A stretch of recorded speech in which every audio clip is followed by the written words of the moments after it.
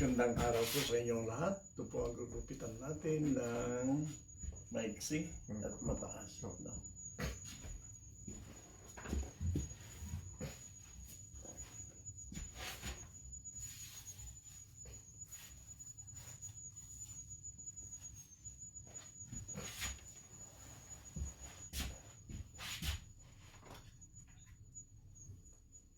Mahal po lang masakit.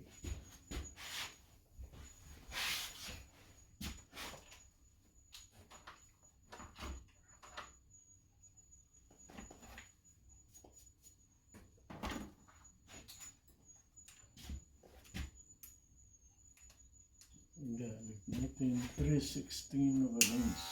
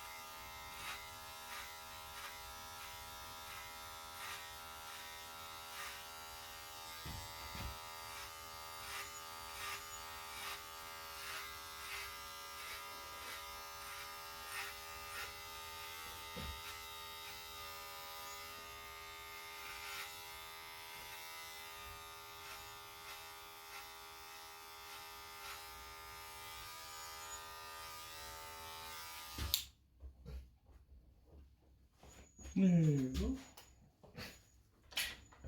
There.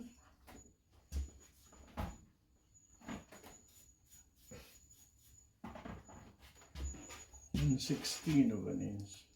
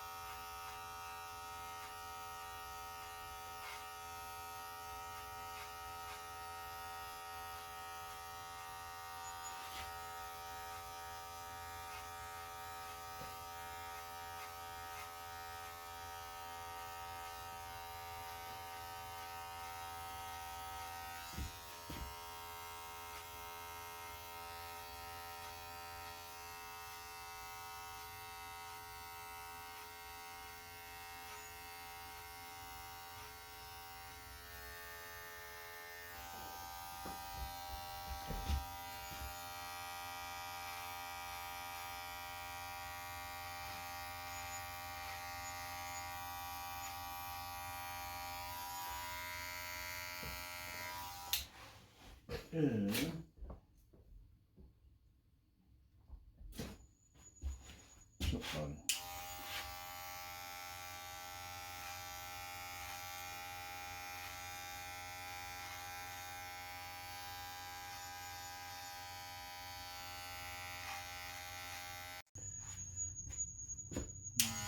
Buti bumalik din kasi yan ang problema sa kanila.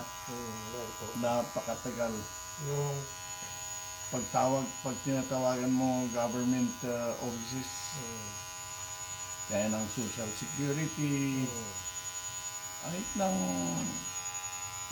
mga yun ang gusto kong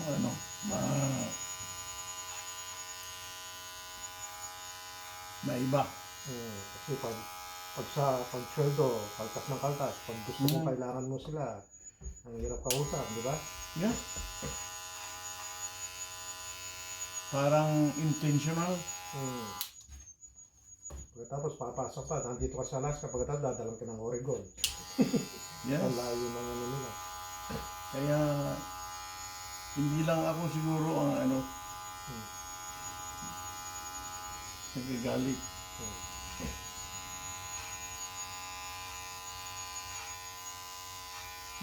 Nagdidepende sila sa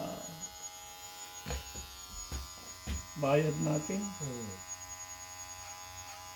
taon-taon.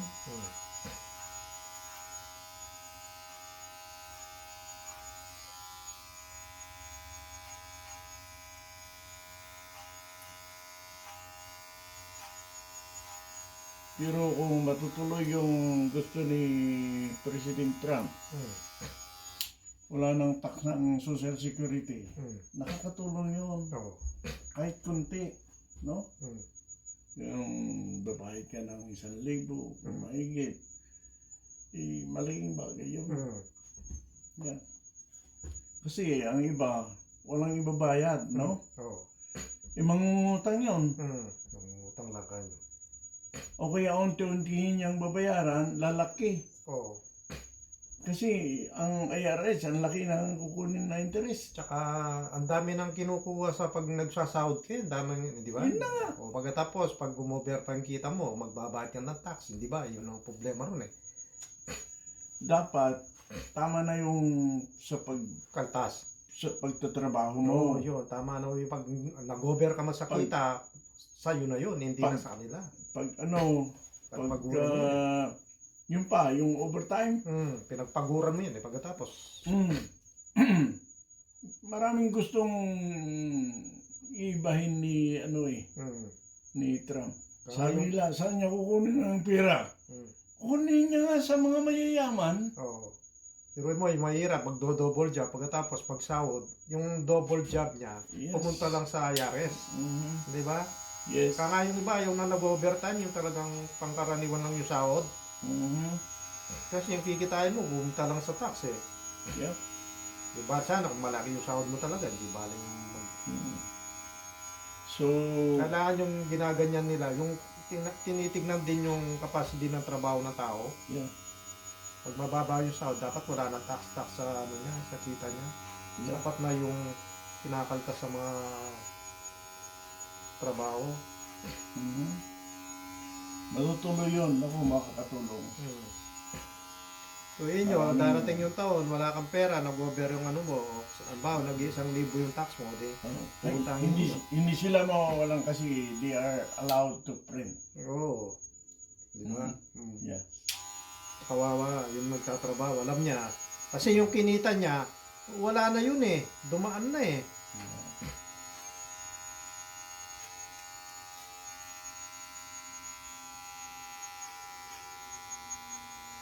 Yung ibang gusto mag-overtime, lalo na sa mga trabaho ng minsan ka nga umaayaw sila dahil wala rin kwenta. Pero kung babaguhin nila yun, talagang mag-overtime yung mga iba, hindi na. Kung gusto mag-overtime, mag-overtime. Yes. Sana.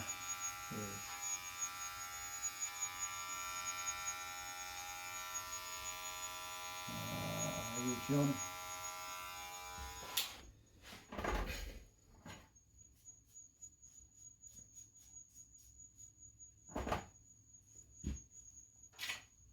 Pero yun, halimbawa, yung mga malakas ang sahod, kumita siya ng 1,000,000, isang taon, di ka laking bayad sa tax yun. Ay, kasi, di ba? pag malaki ang ang kita mo, malaki din ang mga yung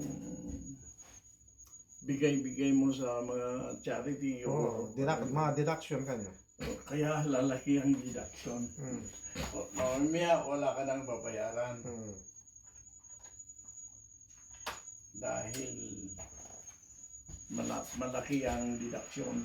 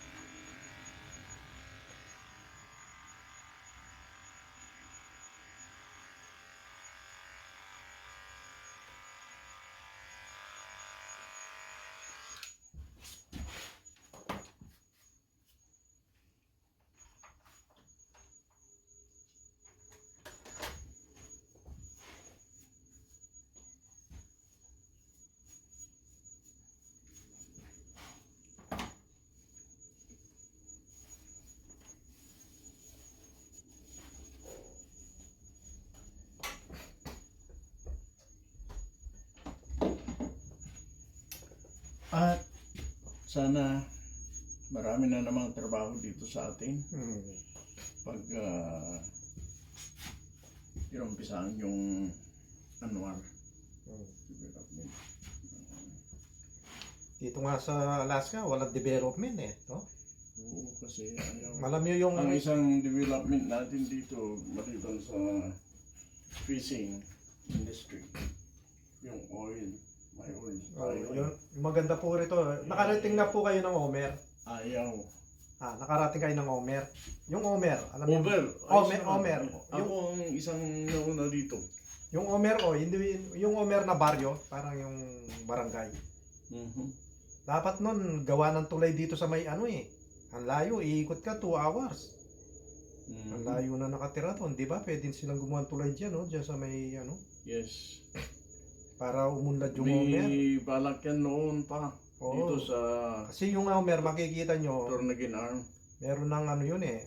May medyo maganda yung pwesto niya, pero ang problema lang yung kalsada malayo. Pero kung gagawin nila doon sa dagat, ay maraming establishment na magtatayo roon at saka magano yung mga namamasya. Tornagin Arm.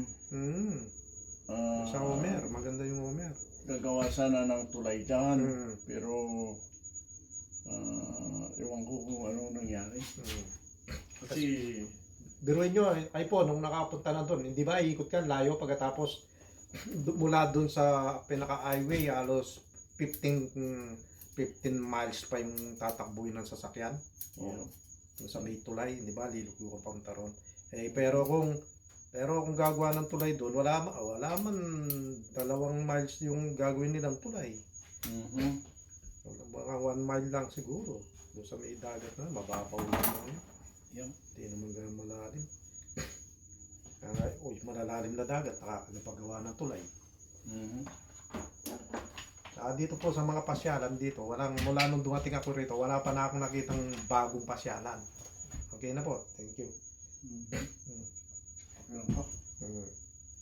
Sa taas. Okay lang. Ingat pa rin Marami pa. Hindi mo pa pipigilan yan eh. Parang, yung tao parang daon eh, ang halaman. Minsan, di ba yung halaman, bilib lang ako dito sa pine tree, ewan ko may taong kamukha ng pine tree. Thank you for watching.